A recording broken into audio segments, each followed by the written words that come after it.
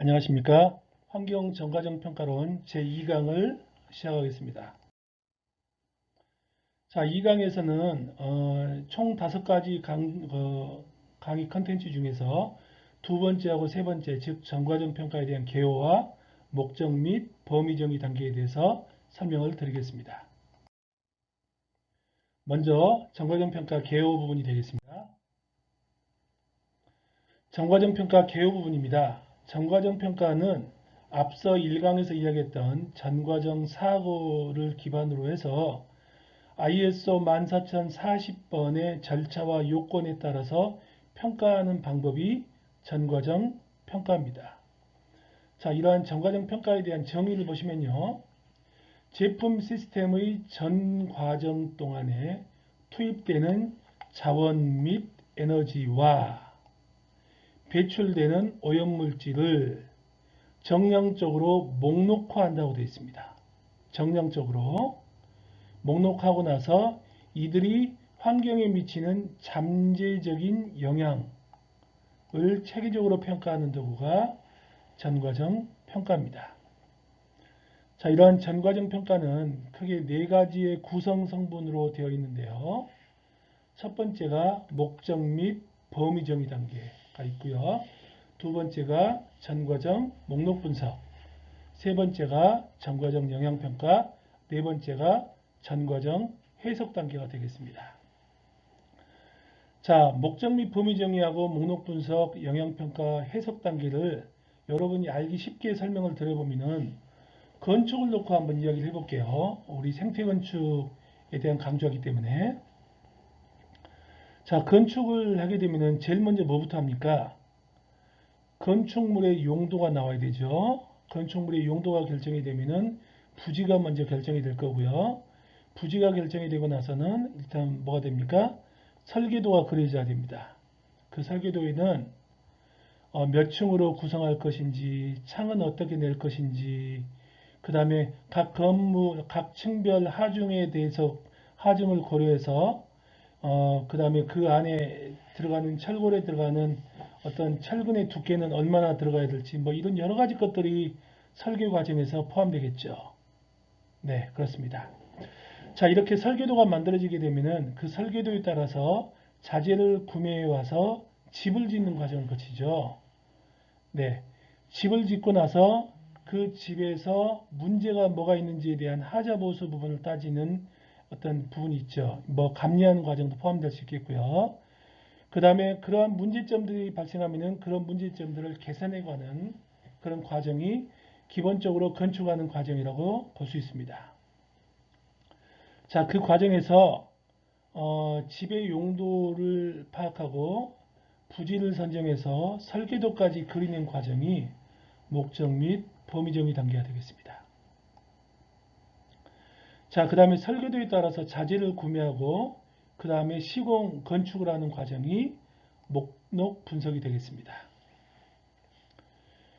그 다음에 어떤 건축하는 과정에서 발생한 여러 가지 하자 문제, 건축을 해놓고 났을 때 발생한 여러 가지 문제들, 그런 문제들을 종합적으로 평가하는 것이 환경 영향 평가 부분이 되겠습니다.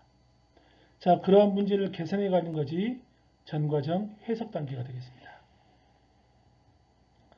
자, 근데 전과정 해석 단계를 보시면은 목적 및 범위 정의하고 목록 분석, 영향 평가 단계하고 전부 다 화살표가 연계가 되어 있습니다.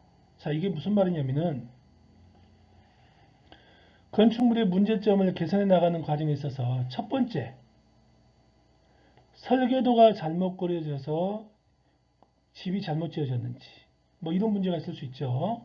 두 번째, 집을 잘못 지었는지, 즉 목록 분석 부분입니다.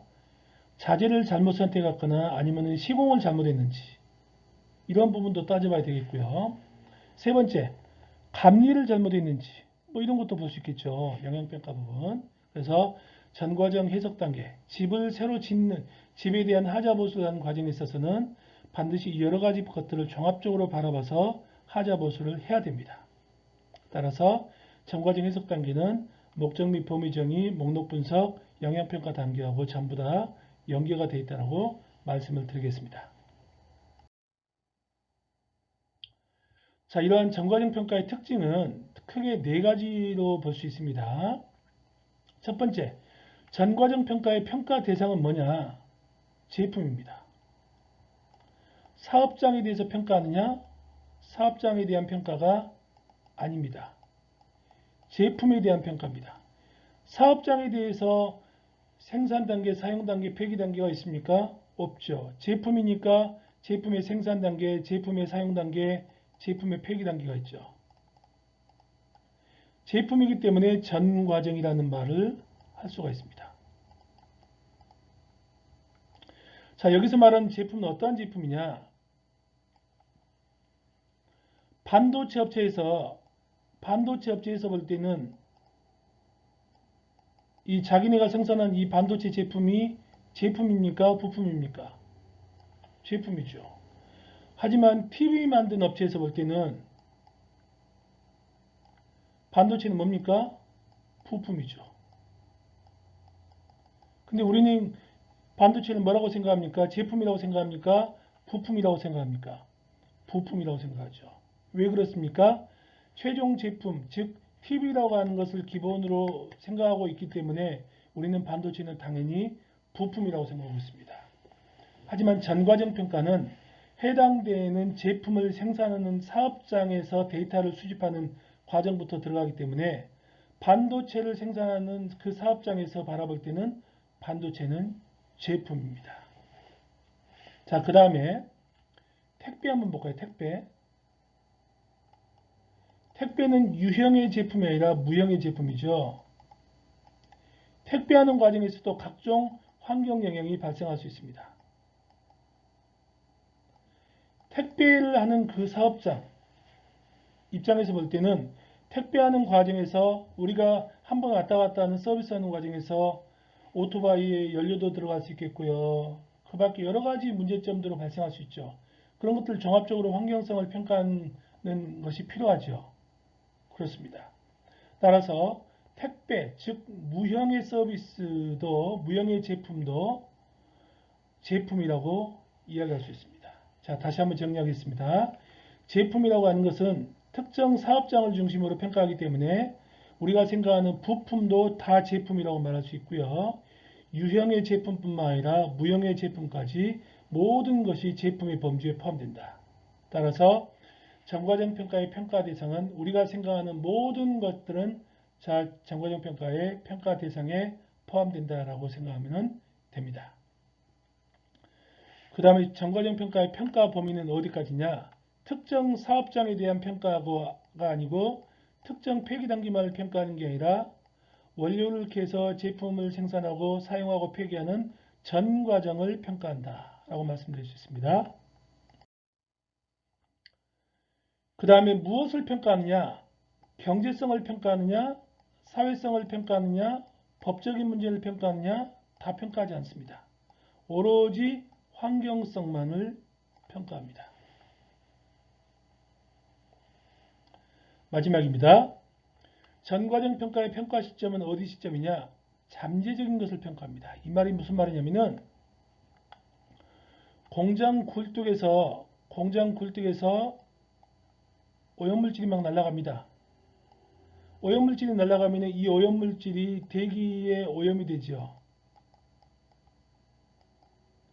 그러면 대기 오염이 발생하는 이 시점은 현재 시점입니까? 미래 시점입니까? 현재 시점이죠.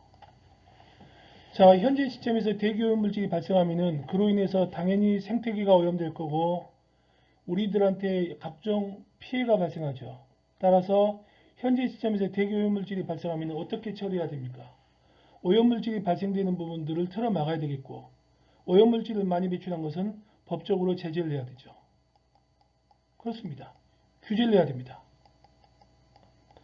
전과정 평가는 현재 시점을 평가하는 게 아니라 어떠한 특정 제품에 대해서 이 제품이 생산되고 사용되고 폐기되는 모든 과정에서 발생하는 미래의 환경 영향을 예측하는 겁니다. 따라서 이 제품을 만들어서 사용하고 폐기하는 과정에서 어떠한 환경 문제가 발생할 수 있는지를 사전에 전과정 평가를 통해서 예측을 해보고, 자, 그래서 이 제품의 생산 과정에서 어떠한 영향이 발생할 수가 있다는 것을 알고 있으면은 제품의 설계 과정에서 그러한 문제점들이 발생하지 않게끔 설계 요소에서 반영할 수 있게끔 하는 것이 전과정 평가가 하는 어떤 목적입니다. 따라서 전과정 평가의 평가 시점은 현재 시점이 아니라 미래 시점입니다. 잠재적이라고 하는 이 말이 영어로 말하면 포텐셜입니다.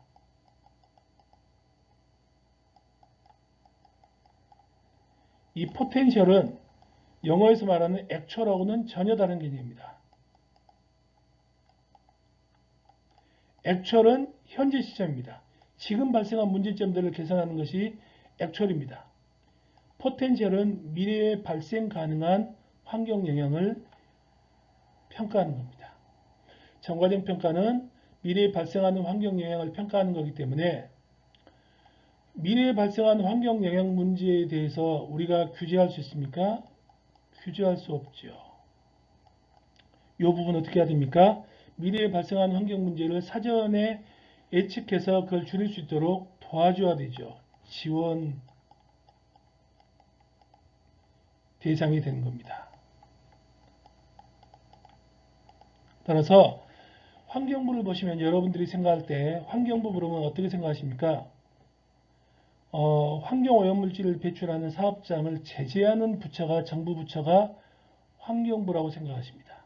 자, 그건 왜 그러냐면은 사업장에서 대기오염물질을 배출하면 당연히 제재해야죠. 당연히 규제해야 되죠. 지금까지의 환경부의 기능은 뭐였냐면은 대기오염물질이 발생했을 때 그걸 찾아내서 규제하는 것이 그동안의 환경부의 역할이었습니다. 하지만 오늘날의 환경부는 앞으로 발생하는 환경 문제를 사전에 예측해서 이것이 발생하지 않게끔 연구 개발이나 이런 것들을 지원해 주는 역할이 환경부의 중요한 업무입니다. 그래서 지금 현재는 환경부가 제재 업무가 반, 지원 업무가 반이죠. 그렇습니다. 자, 지금까지 전과정 평가 개요 부분을 말씀을 드렸고요. 자, 지금부터는 전과정 평가의 첫 번째 구성 성분인 목적 및 범위 정의 단계에 대해서 설명을 드리겠습니다. 자, 목적 및 범위 정의 단계는 크게 보면은 목적 정의 단계하고 범위 정의 단계로 나눌 수 있습니다. 혹시 남자분들 군대를 갔다 오셨으면 군대에서는 전략과 전술이 있죠.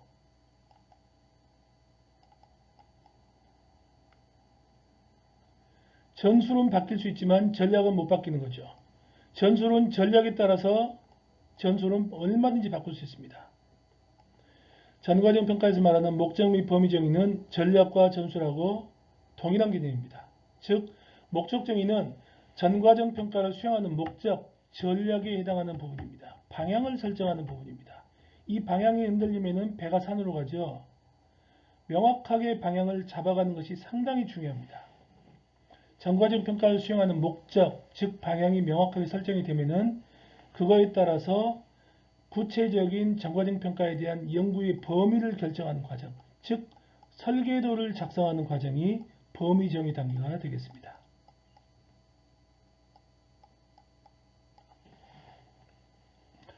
자, 먼저 목적 정의부터 말씀드리겠는데요. ISO 표준에서는 전과정 평가를 할 때 목적 정의를 하게 되어 있는데 목적 정의를 할 때는 반드시 이 네 가지를 명확하게 언급하도록 하고 있습니다. 첫 번째, 연구의 수행 목적은 무엇이냐? 그 연구 수행에서 어떻게 활용할 것이냐? 연구 결과를 누구에게 제공할 것이냐? 그 다음에 이 연구 결과가 혹시 당신네 회사에서 생산하는 제품에 대한 환경성, 친환경성을 주장하는 용도로 사용할 것이냐 말 것이냐라고 하는 이 네 가지 것을 반드시 제시하게끔 되어 있습니다. 연구의 결과가 누구에게 제공되느냐가 왜 중요하냐면요. 만약에 보고서를 작성했는데요. 보고서가 CEO한테 제출하는 보고서입니다. 근데 이 CEO한테 제출하는 보고서에다가 각종 어떤 전문 용어가 들어있거나 아주 디테일한 부분까지가 들어있으면은 CEO의 입장에서 볼 때는 이 보고서를 볼 수가 없습니다. 그렇죠? CEO의 어떤 눈높이에서 보고서를 작성해야 되죠. 만약에 연구 결과를 보는 주체가 소비자다. 그럼 소비자의 눈높이에 맞춰서 보고서를 작성을 해야 됩니다. 따라서 전과정 평가를 수행할 때는 반드시 연구 결과의 주체가 누구냐 하는 것을 명확하게 설정하도록 되어 있습니다. 자, 이렇게 범위 정의가 목적 정의가 완료가 되면은 그 연구의 방향에 따라서 세부적인 설계도를 그리게 되어 있습니다. 자, 설계도를 그릴 때 들어간 항목은 뭐냐면은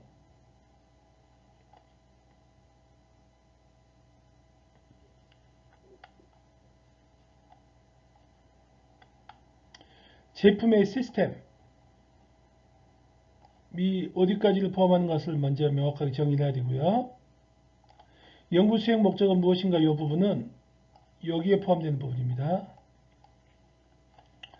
환경영향 산정 기준 이 부분에 대해서 우리가 자세하게 설정을 해야 되고 설계도에 작성해야 되고요.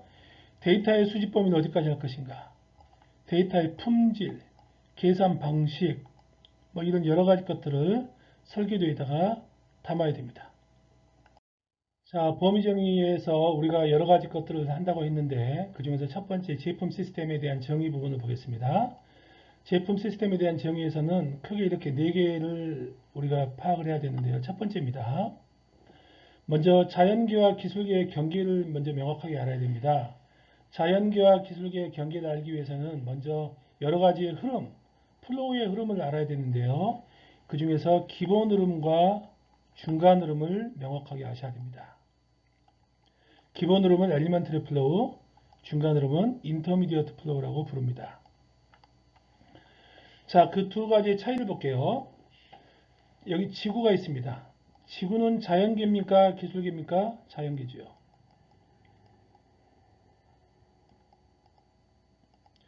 목조주택을 짓는 과정에 있어서 여기 보면 목조주택 있죠. 첫 번째 지구로부터 자원을 캐고 나서 이 자원을 가지고 이 자원을 가공해서 소재를 만들고 소재를 가공해서 부품을 만들고요. 이 부품을 가지고 목조주택을 짓고 그 다음에 목조주택에서 살고 나중에 목조주택이 다 사용되고 나면은 해체해서 처리하는 과정을 거칩니다. 해체해서 처리되는 폐기물들은 지구로 버려지죠. 자, 그 다음에 자원을 캐는 이 과정에 있어서 각종 환경 오염물질이 발생하죠. 지구로 오염물질을 배출합니다. 그 다음에 소재를 생산하는 과정에 있어서도 에너지가 필요하죠. 지구로부터 에너지를 캐죠. 소재를 생산하는 과정에서 폐기물이 발생하고 오염물질이 버려지면 지구로 버려집니다. 마찬가지 부품업체에서도 에너지가 사용되고 그 다음에 지구로 오염물질이 버려지죠. 집을 짓는 과정에서도 에너지가 들어가고 오염물질이 버려집니다. 해체하는 과정에서도 에너지가 들어가겠죠. 자, 이 중에서 목조주택 이런 여러 가지 흐름들이 있습니다. 자, 그 다음에 자원을 캐서 소재 만드는 업체로 자원을 이송하죠. 소재가 만들어지면 소재를 부품업체로 이송하죠. 부품이 만들어지면은 목조주택을 짓는 과정으로 이송합니다. 목조주택이 다 짓고 사용하고 나면은 해체하는 과정에서 폐기물들이 또 이렇게 버려집니다. 자, 이런 여러 가지 과정 중에서 목조주택을 짓는 건설업자 입장에서 볼 때는 전과정 평가를 수행해야 되는데 이런 여러 가지의 흐름 중에서 이 목조주택을 짓는 업체에서 알고 있는 흐름은 어떠한 흐름을 알고 있을까요? 어떠한 흐름을 알고 있냐면은 이 흐름과 이 흐름을 압니다. 왜 그러느냐? 이쪽으로 들어온 이 흐름은 뭡니까? 원가입니다. 원가. 여러 가지 각종 자재, 에너지, 연료, 물, 뭐 이런 것들 원가가 들어가는 거죠. 이 원가입니다. 요 배출물. 요 부분이죠. 그 다음에 요거는 어떻게 알죠? 매출입니다.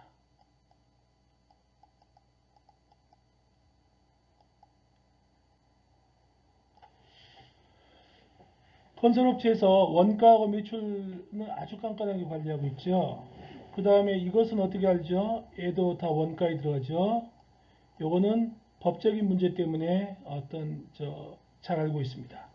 즉 다시 말하면 목조주택에서는 자기들이 알고 있는 요 바운더리에서 들어오는 요 흐름과 나가는 요 흐름 이런 것들밖에 모릅니다. 근데 목조주택을 짓기 위해서 필요한 전 과정에서의 흐름은 이렇게 많은 여러 가지 흐름들이 있는데요. 이 많은 흐름 중에서 목조주택을 짓는 업체에서 볼 때는 단지 요 몇 개의 흐름밖에 몰라요. 근데 이 몇 개의 흐름을 갖고 어떻게 전과적 평가를 수행하느냐 라는 겁니다. 자, 여기까지 아시겠죠? 자, 그 다음에 여러분들한테 기본 흐름과 중간 흐름에 대해서 말씀드릴게요. 기본 흐름이라는 것은 자연계하고 기술계에서 어떤 경계에 있는 흐름이 기본 흐름입니다. 지구로부터 자원을 캡니다. 요 파란색 흐름이죠. 자원을 캐는 요 흐름은 기본 흐름입니다. 자, 이 기본 흐름은 자원을 캠으로써 자원 고갈이라고 하는 영향이 발생하죠. 그 다음에 요 초록색 흐름은 뭐죠? 지구에다가 여러 가지 오염물질이 벌어지죠. 이래서 여러 가지 환경 영향이 발생합니다. 즉 기본 흐름이란 것은 지구에서 캐내서 자원 고갈의 영향을 일으키고 지구로 버려짐으로써 각종 환경 오염이 발생합니다. 기본 흐름은 환경 영향을 일으키는 흐름입니다. 중간 흐름은 뭐냐면은 이 회색 흐름입니다. 단지 자원을 캐서 소재업체로 보내고 소재를 생산해서 부품업체로 보내고 부품업체에서 어떤 집을 짓는 쪽으로 보내고 이 흐름이 중간 흐름입니다. 아시겠죠? 중간 흐름은 환경에 영향을 주는 흐름이 아닙니다. 그러면 이 목조주택에서 짓는 업체에서 볼 때는 어떤 흐름을 알고 있냐면은 이 중간 흐름, 이 흐름을 알고 있습니다. 이 흐름하고 이 흐름. 근데 전과정 평가를 하기 위해서는 환경 영향을 평가하는데 환경 영향을 평가하기 위해서는 기본 흐름을 알아야 된대요. 근데 업체에서 알고 있는 것은 중간 흐름이 가장 핵심으로 알고 있어요. 일부 알고 있는 흐름은 어떤 흐름을 알고 있냐면은 요 에너지 흐름, 폐기물 흐름, 요거밖에 몰라요. 나머지는 아무것도 몰라요. 자, 이렇게 해서 어떻게 영향평가, 환경 영향평가를 하느냐 라는 거죠. 자, 어떻게 하냐면은 우리 사업장에서 들어오는 이 중간 흐름을 기본으로 해서 나머지 요 부분은 어떻게 하냐면은 나머지에 해당하는 요 부분, 요 뒷부분에 해당하는 요 부분, 요 부분에 대해서는 데이터베이스가 있습니다.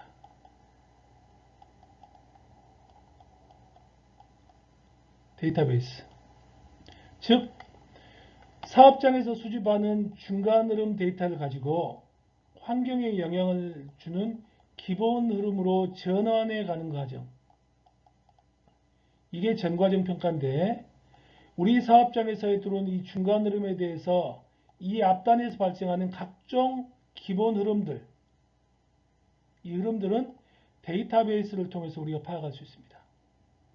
그 다음에 우리 사업장에서의 기본 흐름들, 이 기본 흐름들은 우리가 파악할 수 있죠.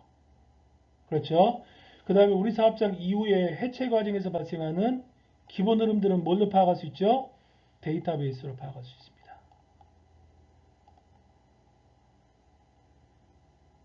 즉 전과정 평가는 우리 사업장에서 발생하는 사업장에서 수집하는 중간 흐름 데이터를 가지고 기본 흐름으로 전환해 가기 위해서 데이터베이스를 활용해서 기본 흐름으로 전환해 가는 과정.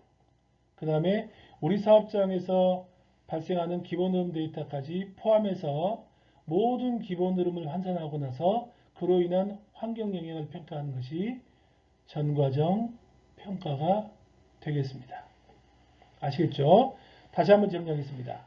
전과정 평가는 우리 사업장에서 수집한 중간 흐름 데이터를 가지고 데이터베이스를 활용해서 기본 흐름으로 전환해가는 과정이 전과정 평가하는 과정이다. 이렇게 이해하시면 되겠습니다. 자, 방금 우리 사업장을 중심으로 해서 우리 사업장에서 들어오는 원가 관련된 부품 데이터, 우리 사업장에서 여러 가지 해체나 이런 부분들의 데이터에서 요 앞부분에 해당하는 데이터베이스, 이게 상위 흐름 데이터베이스고, 해체에 해당하는 요 뒷부분에 대한 데이터베이스가 하위 흐름 데이터베이스가 되겠습니다. 그래서 전과정 평가는 우리 사업장에서 중간 흐름 데이터를 수집해서 상위 흐름에 해당하는 이 데이터베이스, 하위 흐름에 해당하는 이 데이터베이스를 연결을 시켜서 전과정 평가를 수행한다. 이렇게 보시면 되겠습니다. 자, 그러면 상위 흐름하고 하위 흐름에 해당하는 이 데이터베이스는 어떻게 되어 있냐면은 중간 흐름 분해 기본 흐름으로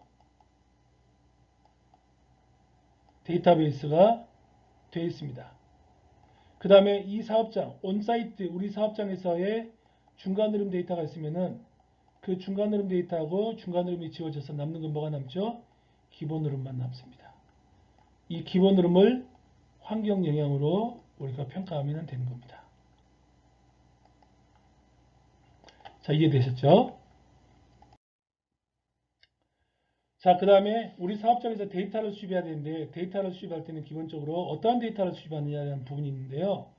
원료 데이터, 그 다음에 보조물질, 에너지나 연료, 배출물이나 폐기물, 그 다음에 제품이나 부산물, 그 다음에 원료를 이쪽으로 이송해 올 때 수송 관련된 데이터가 있죠. 뭐 이런 데이터들이 종합적으로 수집이 돼야 됩니다. 데이터를 수집할 때는 어떻게 데이터를 수집하느냐? 모든 데이터를 한꺼번에 다 수집할 수가 없죠. 생산 단계에서도 데이터를 수집해야 되고, 소비 단계에서도 수집해야 되고, 폐기 단계에서도 수집해야 되는데, 이 모든 단계에 대한 데이터를 한꺼번에 수집할 수 없기 때문에 생산 단계에 해당하는 단위 공정을 만들어서 그 단위 공정 하나에 대해서 생산 단계에 대한 단위 공정에 대해서 인풋, 아웃풋 데이터를 수집하고, 소비 단계에 대한 단위 공정을 가지고 인풋 아웃풋 데이터를 수집하고, 폐기 단계에 대한 단위 공정을 가지고 인풋 아웃풋 데이터를 수집해서 전부 다 더하는 과정. 이 과정이 전과정 평가가 되겠습니다.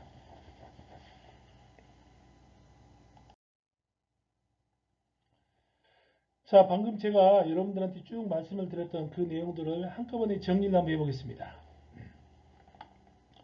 요 네모 박스 하나하나가 뭐죠? 단위 공정입니다. 이 단위 공정별로 데이터는 수집된다 그랬죠. 요 단위 공정별로 데이터가 수집됩니다. 자, 요 파란색으로 되어 있는 진한 선 박스, 이 박스가 뭡니까? 기술계입니다.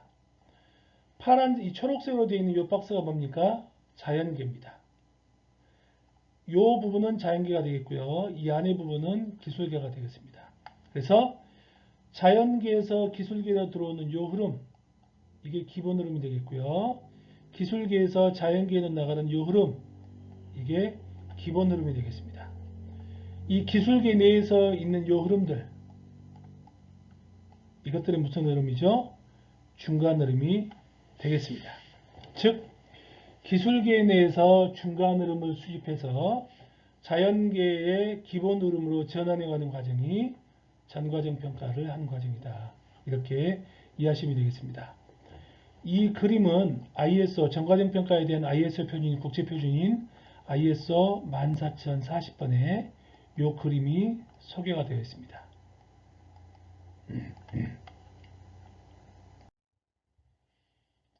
자, 그 다음입니다. 전과정 평가를 하기 위해서는 앞서 말씀드렸던 제품 시스템을 명확하게 정의하는 것도 있어야 되지만, 두 번째로는 평가의 기준을 뭘로 잡을 것이냐.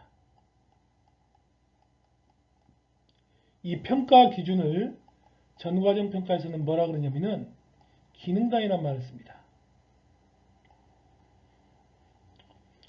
이 기능 단위에 의해서 제품을 평가하는 부분이 되겠는데요. 기본적으로 기능 단위에 의한 평가 부분이 두 가지 방식이 있는데 하나는 제품 단위에 의한 평가가 있고 기능 단위에 의한 평가가 이 두 가지가 있다. 이렇게 이야기가 있는데요. 이 부분은 여러분들 너무 어렵기 때문에 나중에 뒤에서 설명을 드리겠습니다. 예를 들어서 제품 단위에 의한 평가는 제품 1개 또는 뭐 제품 1kg 이렇게 평가하는 것이 제품 단위에 의한 평가가 되겠습니다. 기능 단위에 의한 평가라고 하는 것은 뭐가 되겠냐면은 여러분들 단열재 있죠. 단열재 있는데요. 첫 번째 1번 단열재는 엑스페이스 단열재입니다. 두 번째 단열재는 진공 단열재입니다. 세 번째 단열재는 목소미 단열재입니다.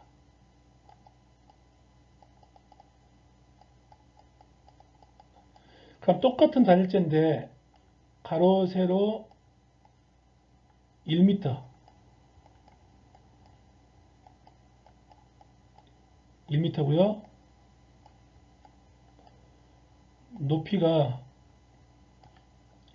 0.1m인 이러한 단열재가 있을 때 이 단열재의 무게가 엑스페이스하고 진공 단열재하고 목소미 단열재의 무게가 다르겠죠.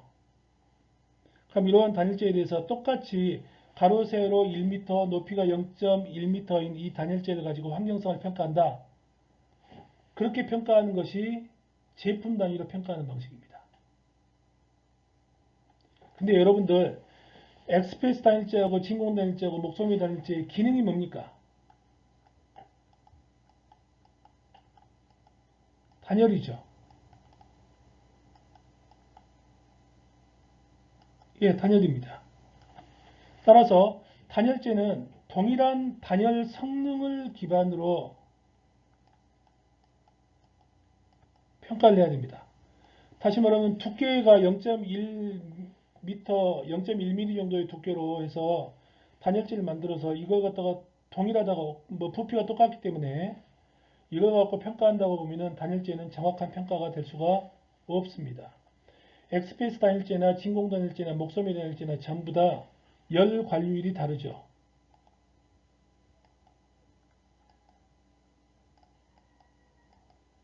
따라서 동일한 열 관류율을 만족하기 위해서는 두께가 달라집니다.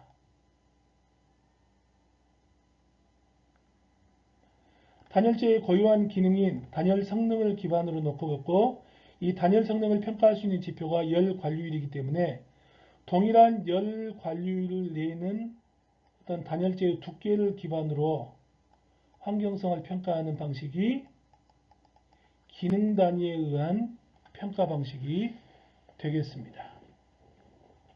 이렇게 전과정 평가하는 방식은 어떤 자재의 고유한 기능이 명확하게 있지 않으면은 제품 단위에 의한 평가도 이루어지고 자재에 대한 성능, 평가 단위가 명확할 경우에는 오른쪽에 있는 방식으로 평가한다. 이렇게 이해하시면 되겠습니다.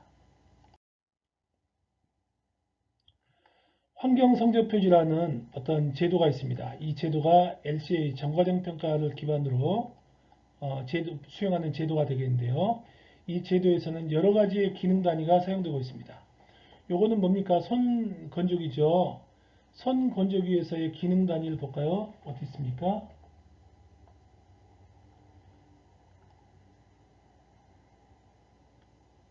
손 건조기 한 대를 가지고 5년 동안 사용한대요. 이렇게 기능 단위를 잡았고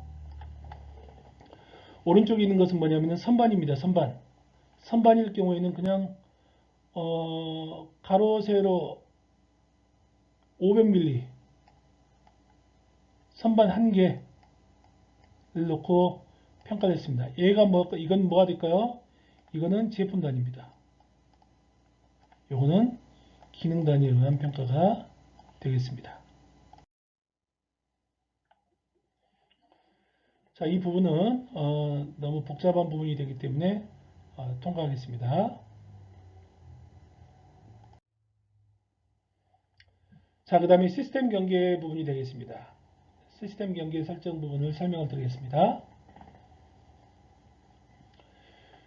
전과정 평가는 어떤 기본적으로 아까 말씀드렸던 것처럼 원료 채취 단계, 가공 단계, 제품의 생산 단계, 사용 단계, 폐기 단계 이렇게 전과정 단계별로 되어 있는데 제품마다 어떤 그 제품의 전과정 단계 시스템 경계가 다 다릅니다.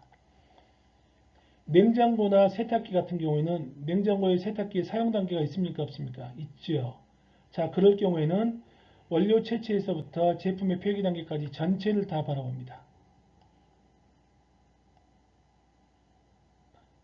하지만 건축자재 같은 경우에는 건축자재가 고유한 사용 단계가 있습니까? 그 자재는 건축물의 어떤 탑재가 됨으로써 건축물의 사용 단계가 있죠. 건축자재만을 놓고 보면 건축자재의 사용 단계가 없습니다. 따라서 건축자재에 있어서의 전과정 단계는 원료를 캐서 최종적으로 건축자재를 생산하는 이 과정까지가 되겠습니다. 평가 범위입니다. 평가 범위.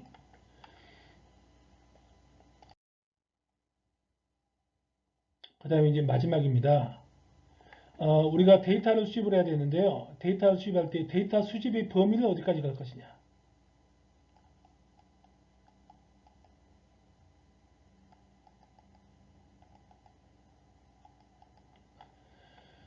건축물을 짓는다고 보시죠.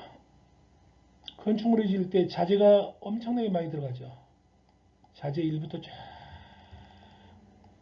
자재 N까지 들어갑니다. 하찮은 것까지 말하면은 뭐 문 왔다 갔다 열고 닫을 때 들어가는 게 뭐가 들어가죠? 경첩, 뭐 경첩도 들어갈 수 있겠고요. 못도 하나하나 들어갈 수 있겠고요. 볼트 너트로 들어갈 수 있겠고 이런 것들 다 들어갈 수 있습니다. 그 모든 자재, 소재가 전부 다 나열되고 그 모든 소재하고 자재도 전부 다 생산하는 거기 때문에 기본 흐름입니까? 중간 흐름입니까? 중간 흐름이죠. 그렇죠? 왜? 지구로부터 자원을 캐서 그걸 가공해서 만들기 때문에 다 기본 흐름이 아니라 중간 흐름입니다. 자, 이 중간 흐름을 환경 영향을 평가하기 위해서는 기본 흐름으로 전환해야 되죠. 기본 흐름으로 전환하기 위해서는 아까 데이터베이스가 필요하다고 그랬습니다. 그렇죠? 그 데이터베이스를 조사해서 그 데이터베이스를 갖고 환경성을 평가를 해야 됩니다. 그러면 그 많은 자재에 대해서 전부 다 관련된 데이터베이스를 찾고 그 데이터베이스를 가지고 환경성을 평가하려고 그러면 얼마나 데이터를 많이 찾아야 됩니까? 그 많은 자재를 전부 다 평가하고 하기 위해서는 너무나 많은 시간과 노력이 들어가기 때문에 자, 그렇지만은 아주 작은 자재들 양도 엄청 적고 부피도 엄청 적은 자재 같은 경우에는 환경 영향이 거의 없습니다. 근데 그런 자재들은 기본적으로 비용도 적기 때문에 우리 건설업체에서 입장에서 볼 때는 데이터 관리도 잘 안 됩니다. 하지만 그런 자재까지 전부 다 LC에서 데이터를 수집하라 그러면은 어떻게 수집을 다 합니까? 따라서 전과정 평가에서는 전체 환경 영향에서 환경 영향이 적을 거라고 판단되는 부분들은 사전의 데이터 수집 범위에서 제외시키는 방법을 선택을 했습니다. 그게 뭐냐면은 컷오프라고 하는 그런 방식이 되겠습니다. 컷오프의 절차는 누적 질량 기여도, 누적 에너지 기여도, 환경 관련해서 이 세 가지를 놓고 봅니다.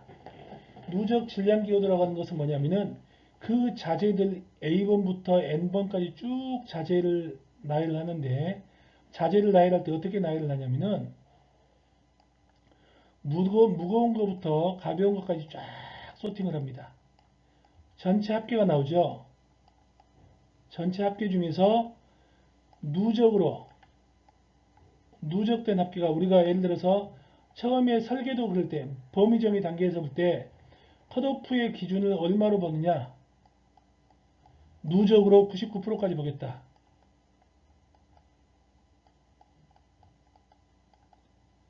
자, 그랬으면은 1부터 쭉 더해서 이 전체의 무게가 99% 되는 요 범위까지의 데이터는 수집을 하고 요 밑에 있는 데이터는 수집 안 하겠다 라고 하는 것이 누적 질량 기여도입니다.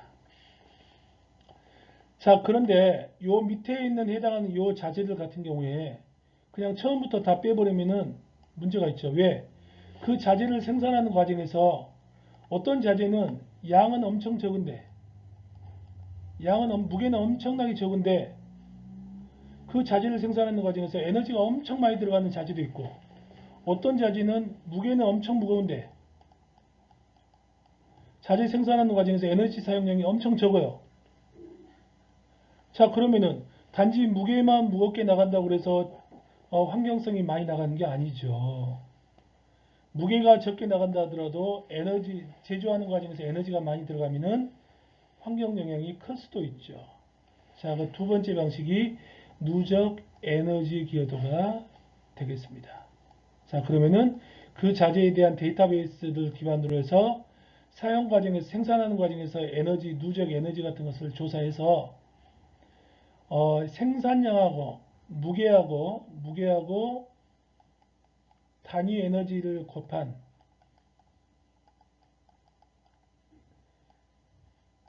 에너지 함량을 조사합니다. 그 에너지 함량 순으로 쫙 소팅을 시킨 다음에 99%까지 포함시키고 나머지는 제외시킵니다. 자, 그렇게 하다 보면은 여기에서는 포함되어 있는데 여기서는 제외가 되는 게 있을 거고, 여기서는 제외가 되어 있던 것이 여기서는 포함되어 있는 것들이 있을 수 있습니다. 자, 그러면 정과정 평가에서는 어떻게 하느냐? 여기에서 포함되어 있는데 누적 질량 기여도에서는 포함되어 있는데 에너지 기여도에서 빠지는 부분은 어떻게 하느냐? 당연히 포함시킵니다. 그 다음에 누적 질량 기여도에서 빠져 있었었는데 에너지 기여도에서는 포함된다. 그럼 그것도 포함시킵니다. 이해되셨죠? 자, 그 다음에 환경 관련성 부분이 되겠습니다. 환경 관련성 부분은 뭐냐면은 이 여러 가지 자재들 중에서 화학물질들이 있을 수 있습니다.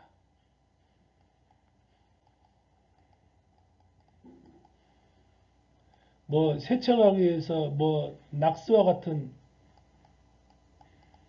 세제 같은 것들이 있을 수 있겠죠. 하지만 이러한 세제는 사용량은 엄청 적지만 사용량도 적어서 누적 질량 기여도에서도 제외가 되고 누적 에너지 기여도에서도 제외가 될 수 있지만 요거를 제외를 시켜버리면은 뭐가 빠지죠? 환경 영향 중에서 독성 영향의 누락이 될 수가 있습니다. 따라서 환경 영향 독성 측면에서 볼 때는 아무리 무게가 에너지가 적다 하더라도 환경 영향 독성이 있다 그러면 무조건 포함시키는 방식이 환경 관련성 부분이 되겠습니다. 이 세 가지가 전부 다 합집합입니다. 이렇게 해서 이 세 가지 걸 기반으로 해서 우리가 뭘 수집합니까? 중간 흐름 데이터를 수집을 해서 이 중간 흐름 데이터를 기본 흐름 데이터로 전환해 가는 것이 전과정 평가가 되겠습니다. 자, 이상으로 제2강을 마치겠습니다.